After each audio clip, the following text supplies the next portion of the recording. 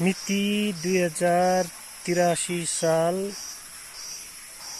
2 महिना 6 गते हामी पानी बनाउनु आउँदाखेरि बिचको चेम्बरबाट यो दुलोमा खस्ने पाइप लगभग 30 मिटर अनुमानित 30 मिटर चाहिँ पाइप चोरी भएको थाहा भएको छ। यसरी पाइप हामीले खन्थाले खोज्दाखेरि चेम्बरमा आएर हेर्दाखेरि पाइप नभएको कारणले हेर्दाखेरि यहाँ पाइप कोटाएर पनि हेर्यौं तर भेटेन र हेर्दै जाँदा चाहिँ तपाईको पाइप यहाँनेरि आएपछि चाहिँ पाइप काटिएको देखियो। यो चेम्बरको बीच चाहिँ हामीले अहिले पानी धमिलो आउने भनेर हालेको छैन, तर यहाँ पानी चाहिँ आउँछ। एउटा धारालाई पुग्ने पानी चाहिँ लगभग झरेको हुन्छ, तर यो पाइप चाहिँ चोरी भएको रहेछ। लगभग 30 मिटर अन्नाजी 30 मिटर काटेर यसरी काटिएको छ। यहाँ हामीले यसरी हेर्यौं, खनेर हेर्दाखेरि यसरी चाहिँ काटिएको भेटियो। यहाँबाट ट्याङ्की सम्मको पाइप चाहिँ यसरी चोरी भएको देखियो तपाईको। यो यसको लागि पनि खानतलास गर्नुपर्ने आवश्यकता चाहिँ यो खानतलास गर्नुपर्ने आवश्यकता भयो। यो चेम्बरमा आउने पानी यसरी पाइप चोरी भएको थाहा हुन आएका छन्।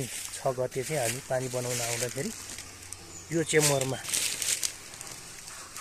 चेम्बरको यो पालमा हामीले यसरी फाल्ने गरेका थियौं। यो मास्लोबाट आउने पाइपको लाइन यो पानी यसमा चाहिँ यसरी आइरहेको छ। यो चाहिँ यो दुलोको पानी यसमा आइरहेको छ। यो पाइपको चाहिँ यसमा पनि पानी आउँथ्यो र अहिले चाहिँ पाइप नै चोरी भइसकेको रहेछ। यसरी थाहा हुन आएको छ। यसको नि छानबिन चाहिँ गर्नुपर्ने हामीले एकदमै जरुरी छ। यसरी खानेपानीको पाइप